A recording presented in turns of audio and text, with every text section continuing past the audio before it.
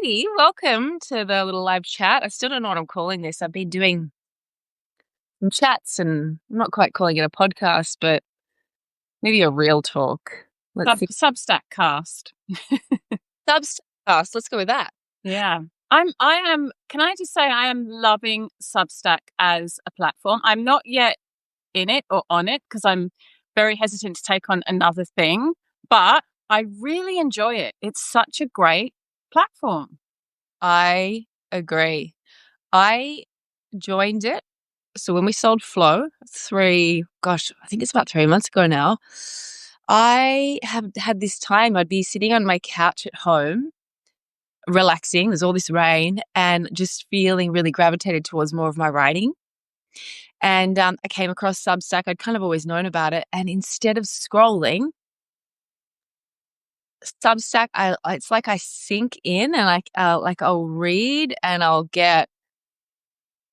There's something different about the focus for me anyway, which I'm loving. So yeah, I'm with you 100%. And here's to like exploring it more and share with that because I know also you're obviously a writer and you love it. So can't wait to see what you. Yeah, I think it's because it's long form, so people have the opportunity to share a few connected ideas, like you said, and kind of go deep rather than, all the other socials. It's like one thought, one soundbite. It's so fractured. And I love, as writers, I mean, what we do is we connect ideas, right? So that opportunity to go deeper and actually connect a few dots up and share something that feels cohesive is so needed and so great. Yes, definitely. Now, Katie, just for those who might not be as familiar with you, although you've been around for a little while, I'd call you a pioneer in the yoga industry, especially here in Australia. I'm going to give a little bit of background. So Katie's a yoga teacher, Ayurveda guide, doula, author with over 25 years of experience in the world of wellness. And I knew this, but I forgot. Katie was the manager of the prestigious Try Yoga. I mean, whenever I think of yoga in London, I think Try Yoga. Before moving to Sydney and opening Samadhi Yoga in 2004, followed by Jivamukti Yoga Sydney, which at its peak was a 4-studio business and still a thriving community today. Katie's popular online courses have helped hundreds of women from all over the world and empowering themselves. And I mean, the list goes on. Jump on her website, have a look. She's penned, 4 books? Yeah, I think we're 5 or 6 now. 5 or 6 up books, there. whole thing. And really helping women to go from feeling stuck and overwhelmed to living a life that's vibrant, creative, and abundant. So, Katie, you're here in Australia. You've got 5 children, and a loud and busy household, I can imagine. Where meditation keeps you sane. And gosh, thank God for our practices for keeping us sane. I don't know where I'd be without our practices. And I want to get into all of your practices, what's keeping you sane at the moment besides meditation. And of course, your book, the Yoni Codes, which I am halfway through and really loving. Before we get to that though, what drew you to yoga? Like were you you grew up in London?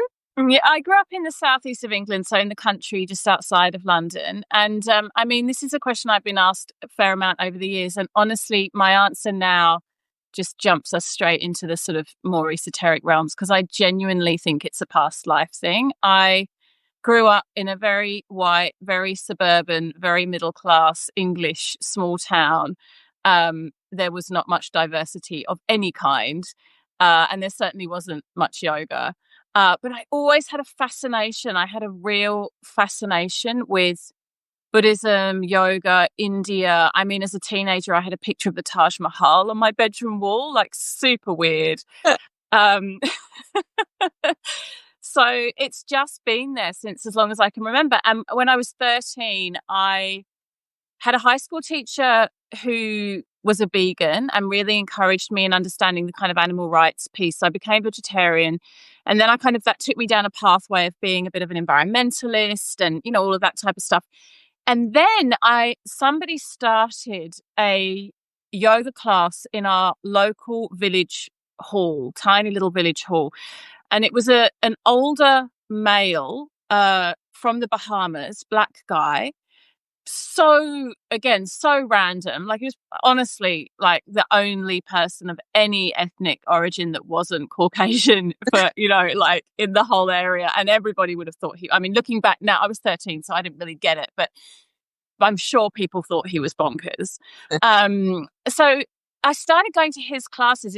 His name was Donald Cartwright. He's left his body now, but he was my first yoga teacher. And it was me, aged 13, 14, and a bunch of grandmas who didn't have anything better to do with their time and were just kind of curious. And I remember he gave me, because he could see that I was very interested, he gave me the Shivananda yoga book, which was a kind of classic back in the early 90s. Lots of, postures of people in bad leotards doing quite extreme looking gymnastic type asana. But it also had a bit of yoga philosophy. I remember it had Patanjali's Yoga Sutras was mentioned, and the yamas and niyamas. And that book, I was just fascinated by it. Like, I would literally sit in my bedroom and just read it over and over again and look at the pictures. And again, looking back, so weird. So the only thing I can possibly relate all of that to is literally some karmic thread from a past life. Like, it's been a calling, and I've never done anything else. I had the opportunity to go to university. I didn't. I left school at 16 and started working in a yoga studio. Oh, wow. You're really drawn to it. Well, I had Blink 182 on my wall, and as a teenager, you had the Taj Mahal. And if you had told me at that stage that I was going to be a yoga teacher, I would have flipped the bird and said, no, I'm going to be an advertising exec. And I did go in for advertising. I went into digital after going to university. But I think that's been a big part of my journey, is like, and people like you and your journey really is quite inspiring and has been inspiring. And I've needed to hear stories like that, because being quite shy and introverted as a child, I felt like I had to go with go with what everyone else was doing. Mum offered me a gap year to go to Italy after I finished year 12, and I was like, no, I'm going to go to university. I'm going to get started on studying. I don't want to fall behind. And it's like, I don't know what I was going to fall behind on. Like, it's some kind of race.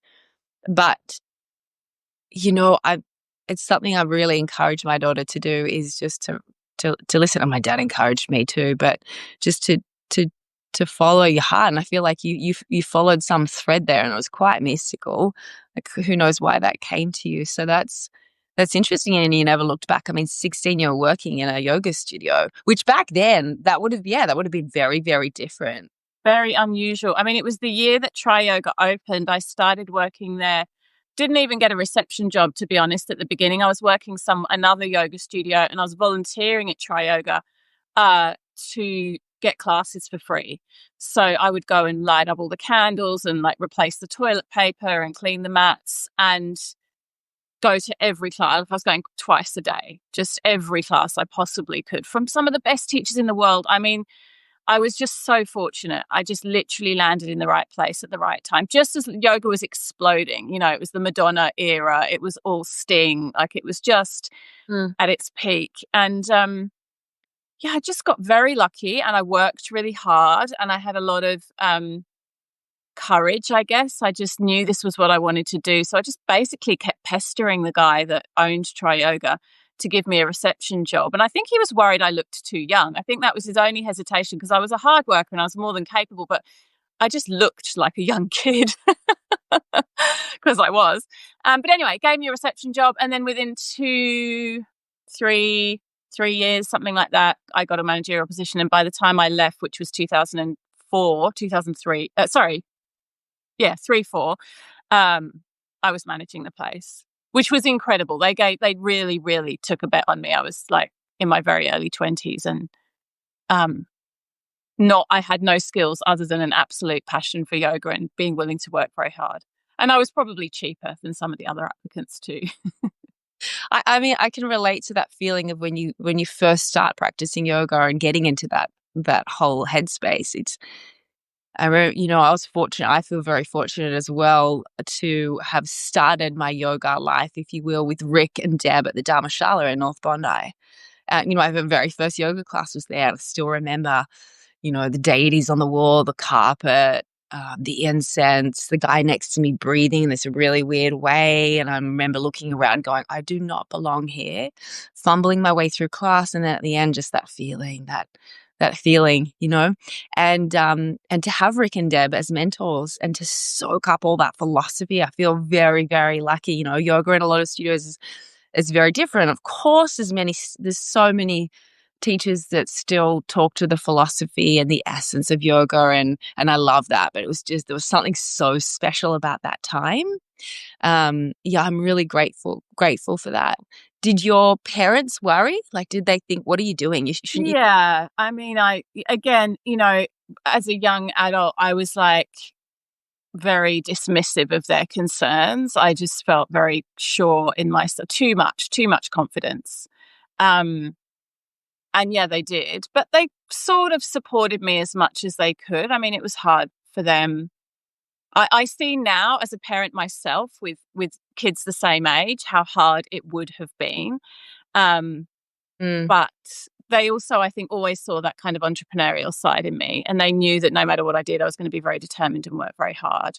yeah, So a bit of a mixed bag, I think, yeah. but overall very supported. And then just, again, very lucky that I had great mentors and great support. Like, found my teachers very young, got to train, got to just be not, it wasn't only my parents that were my role models. I had this whole yogic tradition and this lineage of teachers that were really my role models throughout my formative years. So that, of course, was very, very powerful. And your experience with Jivamukti and bringing that, as a studio to Sydney, I mean, that's pretty big. I loved, every time I've gone to New York and just gone to the big Jivamukti center, and, had a meal next door in the cafe. It's just such a vibe. There's a class happening anytime you want, really. What inspired you so much about Jivamukti? Yeah, I met Sharon and David, who are the founders of Jivamukti at Tryoga.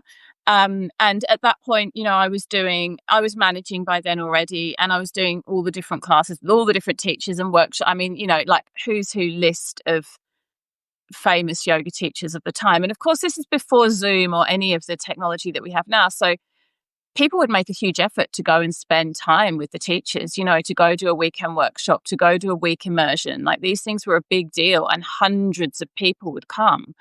And so I remember very clearly the first class I ever did with Sharon and David, another teacher at Tri Yoga, who still teaches there now, Nadia Narain. She said to me, "Oh, you got to come check out Sharon Gannon. You're going to love Jivamukti."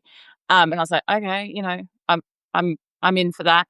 And I mean, I remember every time I tell this story, I have goosebumps, because I remember being on the mat in the room with like probably a couple of hundred other people, and Sharon Gannon walked in, and just immediately, it's like love at first sight, when you meet someone you're going to marry, kind of thing. I just knew that this woman was going to be incredibly significant in my life. She hadn't even spoken, she hadn't looked at me. I just got the download. And then the class was phenomenal, and it was all the things I'm interested in. Spiritual activism is a really big part of what they teach. It's strong asana, which is somewhat based in Ashtanga, which was one of my main practices at the time, but a lot of philosophy, music, very appealing for a younger person because it's very hip, just everything. But I didn't even know any of that. It was Sharon in the beginning. I just knew. I was like, this is my teacher. And, she still is. I saw her earlier this year in London. I went back and, we catch up on Zoom, and she's still a really huge part of my life, and someone whom I really look up to, and, has mentored me for like 30 years now. So again, what a blessing to have that direct relationship with guru, with teacher.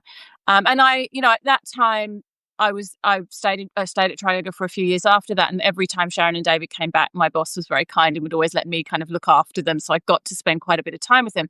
And then my boyfriend at the time moved to Sydney. He was a doctor, and his job got transferred from London to Sydney. And initially, I didn't go with him because I was so happy with all my work situation and working at Tri Yoga. But then I started to miss him, and I don't know, an adventure in Australia sounded fun. So I moved to Australia. And that's when I had the idea, maybe I could start a Jivamukti yoga studio here.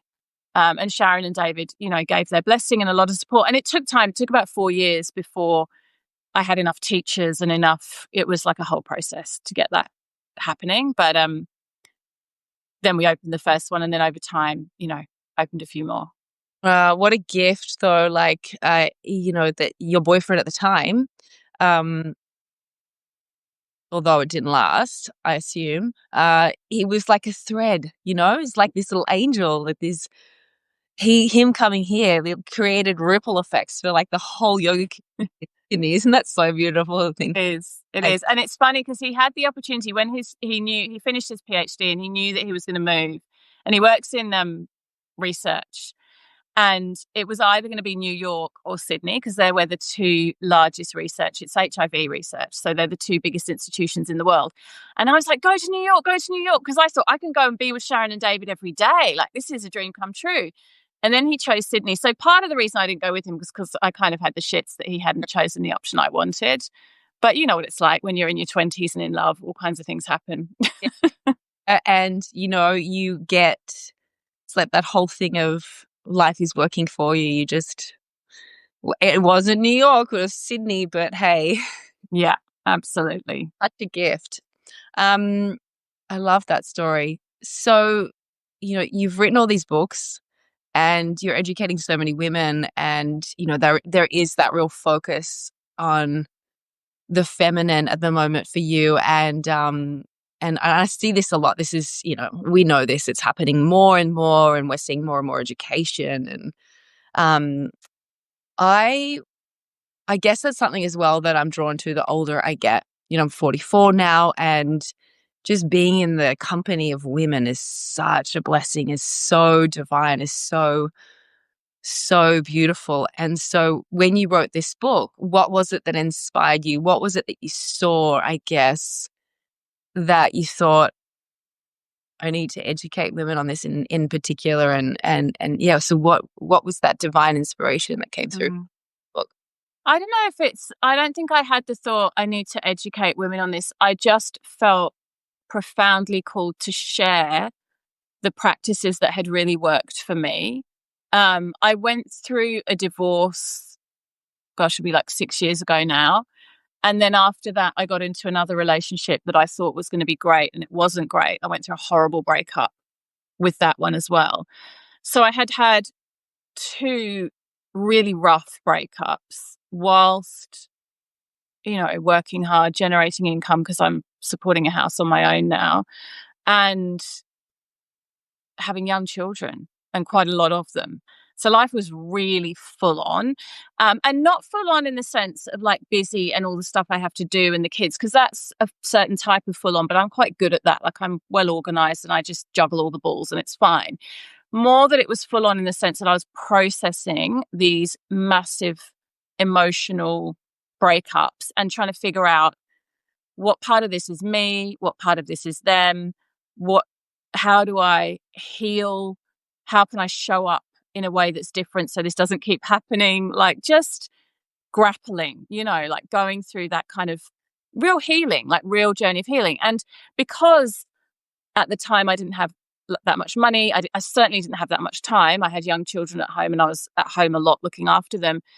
I kind of had to figure out how to be on this healing journey and this journey of transformation in the moments between, like when my daughter was sleeping, or in the evening when the kids are in bed, or early in the morning before everyone woke up, like in the cracks between the rest of life, which was so full.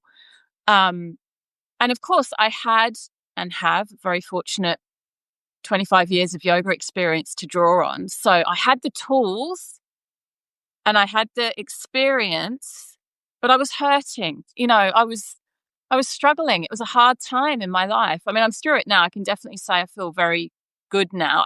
And that's why I wrote the book, because about a year or so ago, I was like, you know what? I'm out the other side of this enough now that I can share some of the stuff I did. And my intention with Yoni Codes, the latest book, is I really wrote it for the woman who doesn't have access to, who isn't like overly privileged, you know what I mean? Like, can't go and see 1,000 different practitioners, doesn't have a lot of free time, that for whom self-care is a challenge and always comes at the bottom of the list after she's done everything for everyone else, because that's kind of where I was at.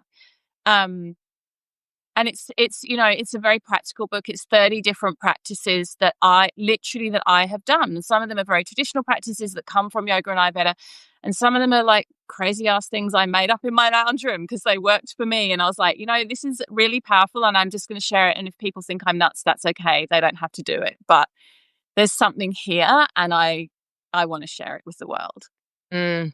So just for anyone listening, this is an excerpt which I think it's so very much required. Um, the two biggest reasons women in my community tell me they can't develop or start a spiritual practice or healing journey are time and money. So what you were just referring to, this book is the antidote to both those barriers. And again, I hear that over and over. And also time, like when do we have my time, my spiritual time? I mean, spiritual time is throughout the whole day. How we do one thing is how we do all. But my grounding, my pillars are first thing in the morning when no one else in the house is awake. I'm at my altar, I'm doing my practices, I'm having a conversation with spirit. And, you know, very rarely do I not get to that. Um, and it just changes the tone of the rest of the day. So that's one sort of part of it. And then I guess at night when everyone else is asleep or when my daughter's gone to sleep and I get a little bit of time to go to the bedroom before, my partner and I go to bed. And And with the finances as well, I mean, yeah, you go and see an energy worker who's very, very talented, and not everyone can afford that, or not everyone can afford to go to yoga classes every week. So I think it's so powerful to have a book like this and have practices like this. And I think a lot of the time we can give our power away. It's beautiful to go to teachers and to go to body workers and healers of any kind. And I love that. But to be able to listen to yourself as well. I Um, love that you said that, because that was actually another really key component. Like, we're searching for something outside of us to give us the answers. I mean, this is what happens when we're scrolling, right? Like, we're on social media, going back to that thing of Instagram versus Substack.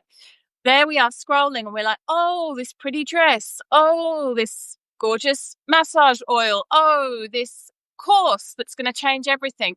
And it's all external fixes. And again, like you, I'm not saying those things aren't great. Like, I love all the courses. I do all the courses, like I'm into it. But ultimately, we can't outsource the mm, job of doing our own healing. It cannot be outsourced. At some point, that dark night of the soul happens, and it's you on your own in your home, feeling lonely or feeling sad or feeling overwhelmed, or stuff's bubbling up that you haven't processed. And then what do? That's when we come back to prayer and meditation and mantra and breath and journaling. And these things are free and they're so simple and they're as old as time.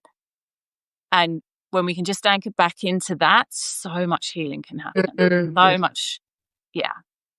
Even just the whole giving your power away. And I mean, modern medicine is brilliant and saves life. And I'll always turn to modern medicine when I need to. But before I have to go there, I have had this little journey, even just these past few weeks. My daughter, who is now 7, she had an ear infection and she's in a lot of pain. And I just had this really quiet voice be like, enough. I mean, I've been to the doctor who'd said, antibiotics and as much pain relief as she needs. And I just had this voice that said, no. And divine timing, I'd just been doing some research and some workshops with essential oils, which I've always loved, but deepening my understanding about them.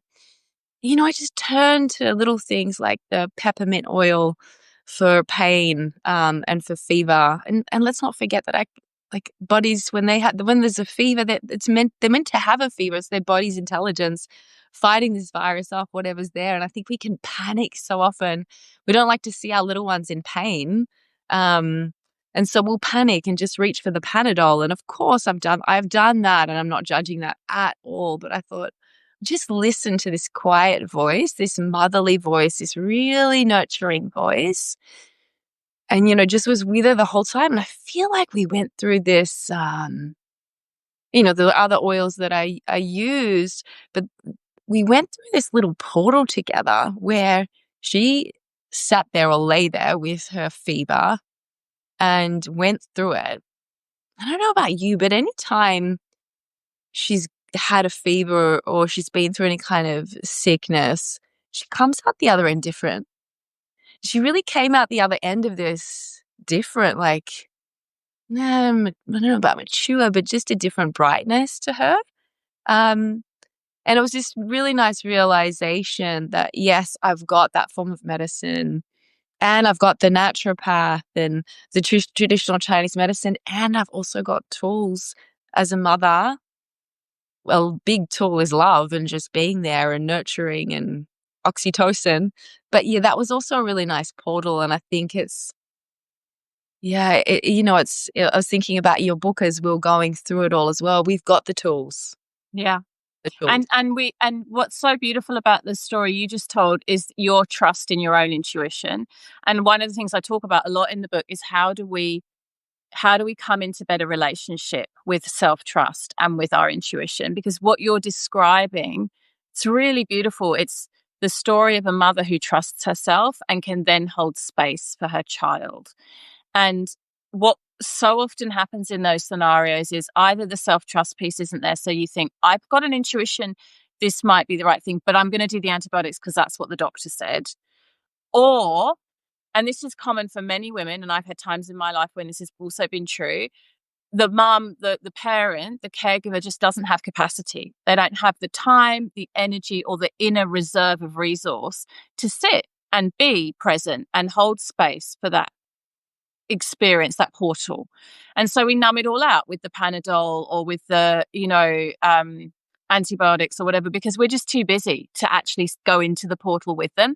But anytime, and I'm a firm believer that, a healthy childhood is marked with one or two fevers, not super high. Like there's a point where it can become dangerous, and 100% I'm with you. Like everything you just said, I totally could have said myself because I totally agree. If it gets too much, then of course we're going to use some Panadol, bring it down, be safe. But a small fever for a small period of time, it's so, so important for little kids' immune systems. And it is transformative. I really believe that. Fevers are a skin shedder. They bring out a new layer. And what a beautiful thing to have that. Like, I love the word portal that you use, that moment in time that you and her went through that kind of up leveling together. Mm, So precious. And, mm, there might be a time in the future where that's not possible and you do need to use the Panadol or the antibiotics or, it's not, I think it's really important that we don't also frame it like you're a bad mum if you're not always really resourced, because it swings and roundabouts, up and down. But yeah, how precious. And it's, what you're describing is when we can do it for ourselves, we can do it for others. And it's such a cliche, but it's so true because you were resourced and you were in touch with your intuition and you'd done the work. You could really show up as a mother. Whereas if you'd been depleted or full of self-doubt or all the things that we all get sometimes, you wouldn't have been able to go through that journey with her. Yeah, it's challenging just sitting there and being with her in the pain. But when you really lean into it, it's also beautiful. Yeah. And just that idea of the fire, I mean, you would know this in your studies and your experience with Ayurveda. You're burning through something. There's something I don't know what she was burning through, but yes, Absolutely. journey with Ayurveda. And her trust in you is building because you are so fully present for her. It's actually really beautiful. Those moments of vulnerability in our children where we get to really show up and hold space for them create such powerful imprints. I mean, we could think of them as samskaras in yoga philosophy for later on, like that feeling of safety and that feeling of I'm really truly cared for on every level. Oh my goodness. I mean, even just neural pathways, what that does for our children, it's so positive. It's so powerful. I mean, the parenting thing is such a trip. It's such a journey. It is the best medicine that I have ever had. In it both, I really need to watch my own fears and projections because there is this fear in me that I don't want her to experience any kind of trauma. And, having an eating disorder for 27 years and experiencing my own hardships, there's this part of me that wants to shield her from that. But I know, my higher self knows that, of course, there are going to be things. Of course, she's going to have her stuff, and the more fearful I am and more gripping around it, um, the more I don't let her experience what she needs to experience and just letting go. That's a big part of parenting is letting go and having that discernment around being a guide and just loving her, like Mm. just loving her, and letting her have her experiences as well.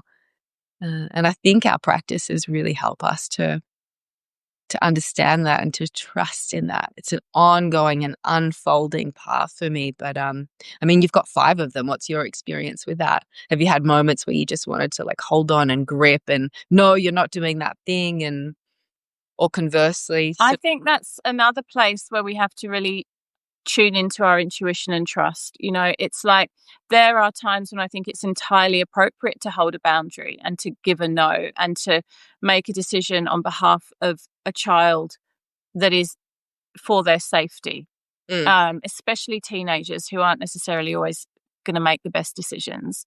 Um, and sometimes that mama bear, that energy of like, this is a no, and I know it's in your best interest. And I know right now you're upset with me, but I'm holding this boundary. It's really needed. But then other times, the letting go is really important. And I think for me, what it is I try to check in.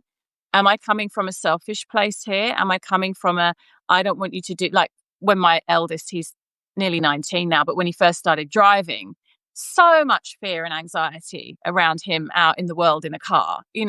But I just have to get over that. That's my work to do. I can't stop him driving. Um, so it's clearly that's on me. I've just got to figure out how I'm going to live with my kid out in the world in a moving vehicle. um, but other things like, can I go to this party that I know isn't going to be suitable? Or can I go, like, even, with younger kids, can I watch this TV show? It's like, no. And it's because I'm protecting you. And it's got nothing to do with, I can't let go. It's my job to, to help you make good decisions until you can really do it for yourself. And I think one of the biggest things, I mean, I could talk about this forever, but the biggest gift we can teach our kids, and I've seen this now because I've got 2 teenagers, is the ability to self-regulate. Like, teach them how to not stay up all night on their, phone, not eat too much sugar, not be a bad friend. Like, don't do it for them. Help them navigate it for themselves. And I can honestly say, I mean, knock on wood, who knows what the future holds. But right now, I have 2 teenagers who are good people who I'm proud of, and they're really, really good at self-regulating. And it's because they've actually been given quite a lot of freedom, is the truth.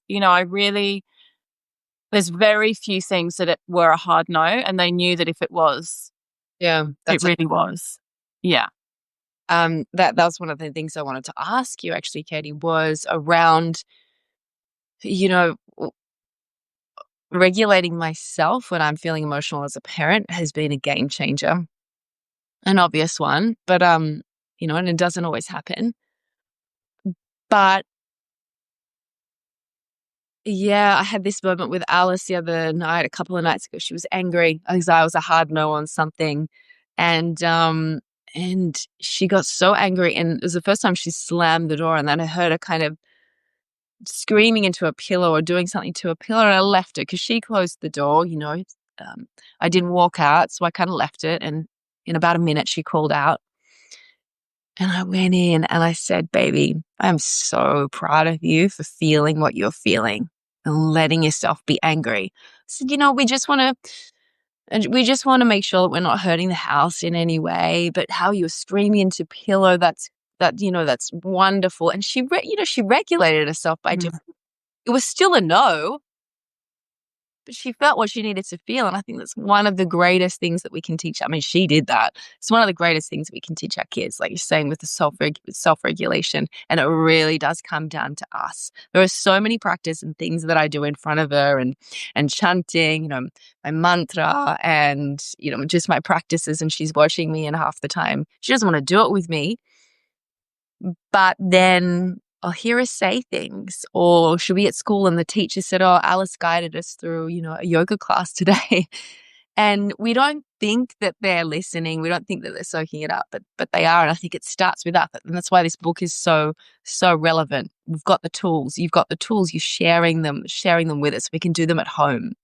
It doesn't always have to be this reverent moment of lighting candles and having the incense burning. Like, we can have a conversation with spirit in the car. We can have a conversation with our higher self while we're doing the grocery shopping.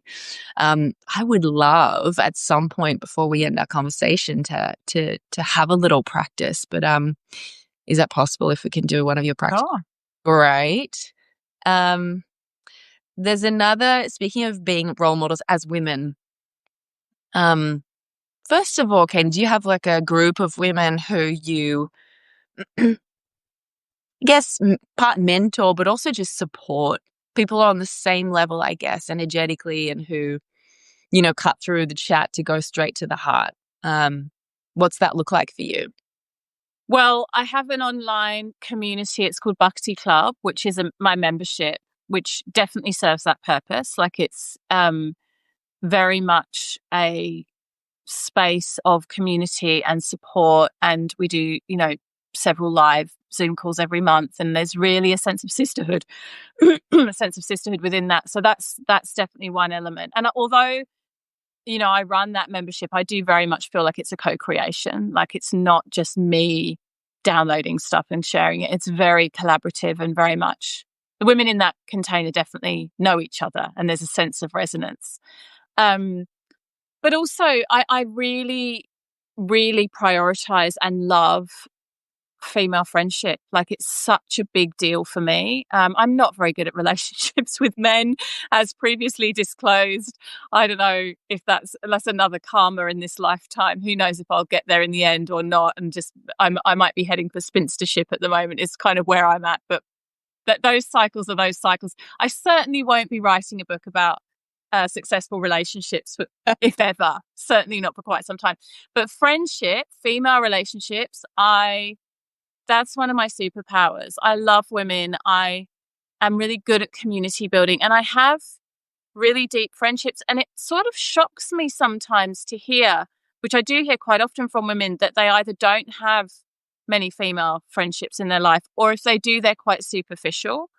I mean, I remember just yesterday, this will sound silly, but I was in a cafe yesterday on my own. Sometimes after I drop the kids at school, I like to go and just get myself a little chai or a decaf coffee, and I just sit there for half an hour and just savor being on my own and being out in the world. And so I was in a cafe, and I'm there with my chai, and I was just listening to the women on the next table. They were very close to me. It's the inner west, so everyone's, Um, and it was obviously two girlfriends that had known each other for a long time, and they were just catching up for coffee. And I was really stunned at how superficial their conversation was. They talked about TV shows, they talked about clothes, they talked very briefly about their partners and sort of relationships, but on such a surface level. And I kind of felt quite heartbroken and depressed by their conversation. I just felt like, God, like, I would never in a million years catch up with a girlfriend and sit there and just skim the surface for an hour. I mean, okay, we were in a public coffee shop and I was eavesdropping, so maybe it was because of that reason, but I don't think so. It's just the quality of the relationship felt very surface level. And I think we tend to put so much on our partners, and we have such huge expectations of that one relationship to kind of be the catch-all for everything. Maybe if you're lucky, you've got a parent that you really can confide in, or a sister or a sibling. But friendship is not prioritized in our culture in the way that I honestly think it should be. And I say that because it's of such deep service to us. Even the chat we're having now about kids and, parenting, and how nourishing that we get to sit here and share and be in relationship with each other and clearly have so much in common. Like, what a beautiful, nourishing exchange. We need more of that. We need more of that. And it comes through effort. It's easy we're all so busy. We're all so, got so much going on. It's very easy to just not prioritize friendship. But for me, it's right up at the top of the list of actually what I need to be resourced. It really fills my cup. It is so nourishing. That's the right word for it. I mean, I'm part of a women's circle. I don't get to it as often as I'd like. I can see Beck is on, Rebecca Newman. She's part of it as well. And you walk away feeling supported, less lonely, more connected. When I've held space for, brought together people for Spiritually Fit, a container that I've been running for 3 years, just sitting in circle. And there's often a couple of men in there, but sitting in circle and sharing something that's vulnerable and real and beyond the surface level chat, or any kind of support group I've been to for eating disorders. I talked about this in the last chat. It's like there's a vulnerability that is so medicinal and so real because we are craving authenticity. We are craving authenticity. So anywhere that we can get it, I mean, and we can get it at home when we go deep, that kind of level of honesty, um, just medicine and so required, isn't it? Yeah, totally agree. Absolutely. Now, there was one other thing that I was reading the other day. I just wanted to talk to that, and then maybe we can do a practice. And it was really our role as women and looking at, I guess, kind of feminism and how people have viewed it in the past, and something about this, especially in this and what you've written, which I'll read out, which feels really touched my heart for where I'm at the moment, having just sold, a business that I was in for 13 years and going back to the basics at the moment of going to the studio and teaching classes and really being able to focus on that, and then having space to be creative and to come home and make the house feel nice, diffusing oils and just setting a tone and an energy. And so this excerpt says, always fighting, defending, being ready to attack. These energies will not serve us or our sons and husbands. Feminism began with comparison and women defending capacity and capability. Our strength and endurance comes not from providing or warmongering, but rather from patience and nurturing. The job of breastfeeding through the night, of being and holding. The job of compassionately listening to and guiding our children. The art of homemaking. Creating spaces for regulated nervous systems, offering solace, receiving the sword and sheathing it. It is in these realms that our true strength and endurance lies. You're welcome to disagree with me, but I truly believe this is the work and service we were born as women to do. And there is so much in that, Katie, that I agree with, and it's controversial in our society where women have been told, and we can do it all. But there's a cost. And I've learned that the hard way. I've been burnt out, and we've all been there, wanting to do everything, be everything. And although we can do those and we can still choose to do those things, I wanted to get your take on, like, I just think it was such a beautiful paragraph, and it really speaks to me at the moment is this, like, softer, like, holding space. This is what we do. This is one of our superpowers. Yeah. We create a tone, we create a vibe, and it's so powerful. I love that you've highlighted that paragraph, because that's one I grappled with leaving in or editing out, because it is quite controversial. And I knew that some women would react to it, and I probably past me would have reacted to it too. But one of the things I've really learned is I actually do believe that we're all doing the dance, the Shiva Shakti dance of embracing masculine, feminine. And many women, myself included, have swayed way over to the masculine side of our selves. And it's all about striving and productivity and competing and ambition and, all the things. And even running our homes becomes like a military operation. Like we might be doing homemaking well, but it's very regulated and in the masculine. And where I have really found more joy in my life, like where I've actually really dropped into gratitude and joy, has been when I've allowed myself the time to slow down and be in that more nurturing feminine space. Which isn't, it does, that's not passive and it's not about being a doormat. So I just want to be really clear about that. It doesn't mean being subservient. That is not what I'm talking about at all. But being in the nurturing, feminine, space holding role really sets a tone for our entire families. And it's so interesting now. I'm watching, because I always thought it was to do with intimate relationships and the man and the woman. But actually now I don't live with a man that I'm in partnership with, but I have two teenage boys. Like I said, my eldest is nearly 19. He's basically a man. And what I notice is even with him and I now, there's that kind of polarity. Like he said the other day, which I found so interesting, and it was the first time I really saw him in that role. We were driving and someone cut me up and then swore at me. Like it was a guy driving like a tradie guy driving a van, and he was like, oh, swore at me. And my son kind of went into a little bit alpha male vibes. And then he said afterwards, I don't like to hear someone speak to you like that.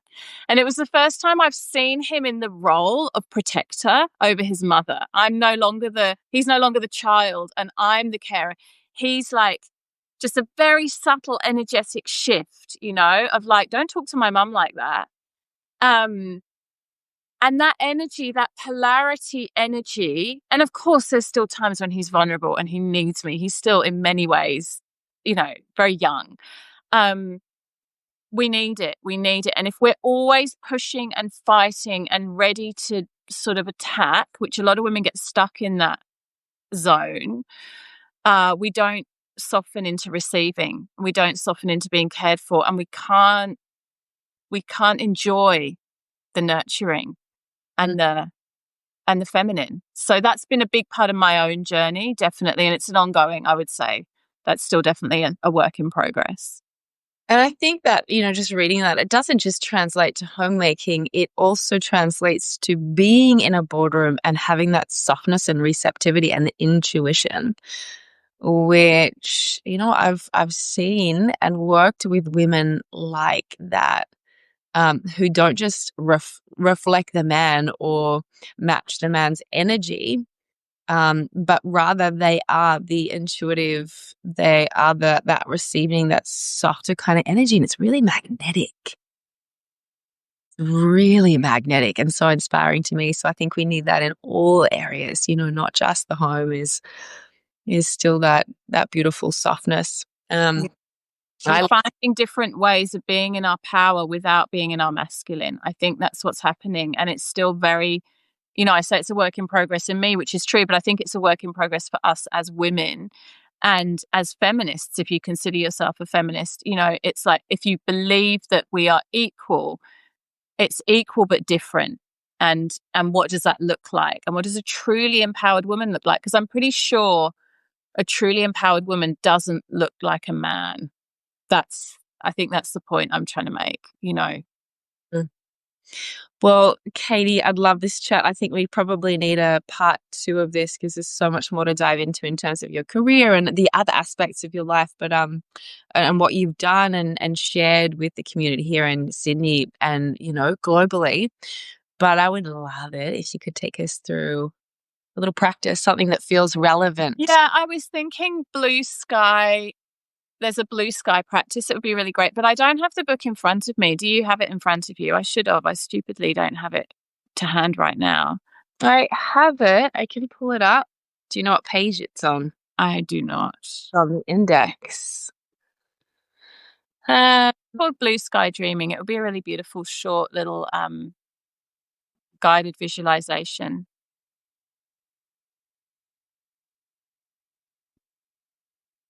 All right. So if I get this up,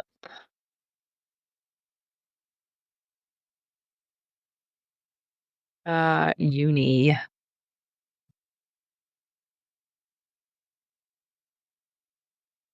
Blue sky. Another option, Kate, is I can record it later today and we can attach it to this post as an audio file. That's another way we could do it. That is a good idea. Gosh, you guys, you've got to go and get this book. There are so many incredible things in here, like just scrolling through. Amplify your energy fields, practices for your aura. Ah, you're speaking my language. So, okay, so then how can everyone find the book and find you and become a part of, some of these groups you've been talking about and education? Give us the rundown. Yeah, sure. Well, my website is Bhakti Rose, so BHAKTIROSE.com.au. Everything is there.